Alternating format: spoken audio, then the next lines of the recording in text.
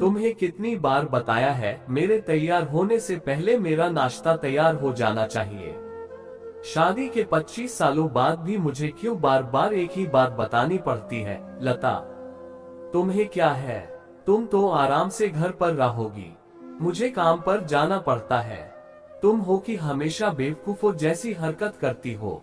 अगर तुम यह जानबूझकर करती हो तो याद रखना, मुझसे बुरा कोई नहीं होगा। आज भी प्रशांत का पारा चढ़ा हुआ था। इन कटु शब्दों में अपना गुस्सा उतारते हुए, गीला तौलिया कुर्सी पर फेंकते हुए प्रशांत गुस्से से लता की तरफ देखने लगा। लता के लिए प्रशांत का यह बेवजह का गुस्सा कोई नई बात नहीं थी। वह महीने में 3-4 बार ऐसे ही लता पर बरस पड़ता था। पहले पहले लता उसका विरोध किया करती थी, लेकिन जब कई सालों तक प्रशांत में कोई बदलाव नहीं दिखा तो लता ने खुद को ही बदल दिया। अब प्रशांत के कुछ भी कहने से लता को कोई फर्क नहीं पड़ता था। प्रशांत की हर बात वो चुपचाप सिर नीचे झुकाए सुन लेते थी।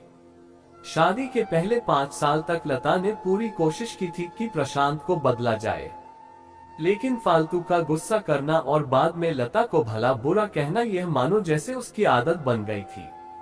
कोई भी वाद विवाद होता तो प्रशांत सीधा लता को बोल देता, अगर मैं तुम्हें अच्छा नहीं लगता तो क्यों नहीं चली जाती अपने मायके? क्यों रहती हो मेरे साथ? इतना सब कुछ होने के बावजूद लता प्रशांत के साथ रहती थी, क्योंकि उसे अपनी बेटी की फिक्र थी। और वह जाती भी तो कहा। अपने बूढ़े हो चुके माँ बाप को इस उम्र में परेशान करना वह नहीं चाहती थी। समाज और लोग क्या कहेंगे, यह भी तो उसे देखना था। वह इतनी पढ़ी लिखी भी तो नहीं थी कि खुद जाकर कोई नौकरी कर सके और अपना बेटी का पालन पोषण कर सके। लता को अब अपनी फिक्र नहीं थी, उसको फिक्र थी तो बस अपनी शादी लायक हो रही बेटी की। लता नहीं चाहती थी कि पति पत्नी के झगड़े की वजह से काव्या डिस्टर्ब हो। काव्या की पढ़ाई पूरी हो चुकी थी, उसके लिए अब शादी के रिश्ते आने लगे थे। कई रिश्तों को काव्या ठुकरा चुकी थी।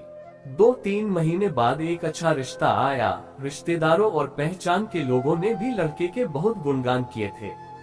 प्रशांत एक शाम अपनी बेटी के पास बैठकर उसे बताने लगा, काव्या बहुत अच्छा लड़का है, पढ़ा लिखा है, बड़ा घर है, बहुत अच्छी नौकरी है। ऐसे रिश्ते बार बार नहीं आते बेटा, इस बार मना मत करना। काव्या अपने पिता से ज्यादा बात नहीं करती थी। शायद डरती थी या शायद नफरत करती थी, लेकिन आज वो अपनी पूरी हिम्मत इकट्ठा कर बोली, मुझे अभी शादी नहीं करना है पापा, मैं नौकरी करना चाहती हूँ, खुद अपने पैरों पर खड़ी होना चाहती हूँ। हाँ तो उसमें क्या बड़ी बात है? मैंने लड़के से बात की है, वह तुम्हें किसी बात के लिए नहीं रोकेगा।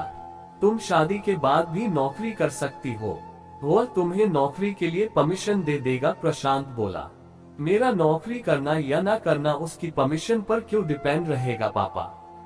काव्या ने पूछा।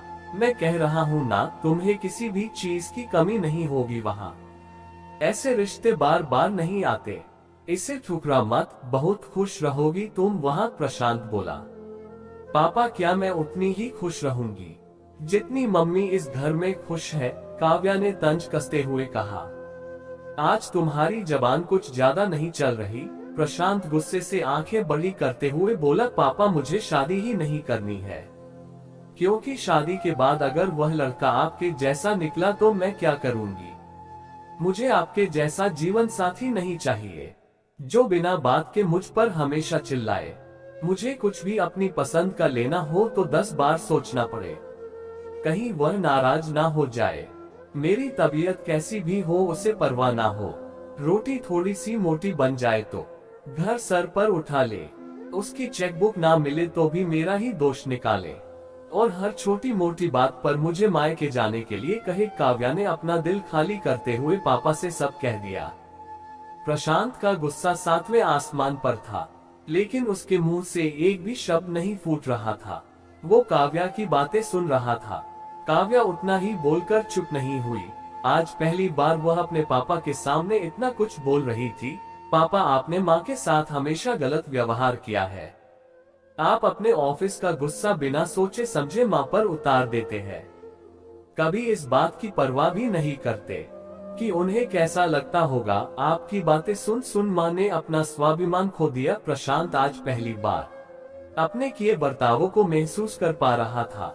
वो इतना ही बोल पाया, जो तुम्हारा मन है वो करो, मैं तो इतना बुरा हूँ ना। काव्या ने प्रशांत का हाथ पकड़ा और बोली, पापा मुझे सिर्फ एक सवाल का जवाब दे दो। क्या आप चाहेंगे कि मेरा पति आपके जैसा हो? अगर आपका जवाब हाँ है तो कर दीजिए मेरा रिश्ता आज ही, और ना है तो मुझे आत्मनिर्भर बनने दीजिए। प्रशांत कुछ भी ना बोल पाया और वहां से चुपचाप बाहर चला गया। आज उसे लता के सामने जाने में शर्म आ रही थी। चलते चलते उसकी आंखों से आंसू बह रहे थे। प्रशांत ने आज से अपने आप को बदलने का निश्चय किया। अगले दिन से लता ने अपने पति में काफी बदलाव देखा। वह सोचने लगी कि जो हिम्मत काव्या ने दिखाई है, वह हिम्मत अगर मैं पहले ही दिखा देती तो शायद आज परिस्थिति कुछ और होती। अब काव्या पढ़ लिख कर अच्छी नौकरी करने लगी थी और 3 साल बाद उसके लिए एक अच्छा रिश्ता आया। और उसकी विदाई पर प्रशांत बोला, बेटा तू हमेशा खुश रहेगी, क्योंकि तेरा पति तेरे बाप जैसा नहीं है। प्रशांत की यह बात सुनकर लता और काव्या की आंखों से आंसू बहने लगे। दोस्तों, हमारे समाज में औरतों को भले ही देवी का दर्जा दिया जाता है, लेकिन वह स्वतंत्रता नहीं दी जाती जो उन्हें देनी चाहिए। उन्हें बचपन से ही बताया जाता है कि वह पराया धन है। स्कूल से आने में देर हो जाए तो पिटाई मिलती है। मोबाइल पर बातें करते हुए दिख जाए या खिड़की से झांकते हुए दिख जाए तो शक किया जाता है। माँ बाप का घर तुम्हारा नहीं है, पति का घर ही तुम्हारा घर है। जीवन भर यह बातें बता बता कर उन्हें ससुराल भेज दिया जाता है, और एक दिन किसी छोटे मोटे झगड़े में ससुराल वालों से उन्हें सुनना पड़ता है कि इस घर को छोड़ दो और मायके चली जाओ। अब आप ही बताओ दोस्तों, ऐसी स्त्रियों का सच्चा घर कौन सा? आखिरकार वह किस घर को अपना कहें? अगर आप सबको ये कहानी अच्छी लगी हो तो जरूर आप सब कमेंट कर बताइएगा। आपके कमेंट का इंतजार रहेगा, और हमारे रियल स्टोरी BPM चैनल को सब्सक्राइब करना ना भूलें। Thank you.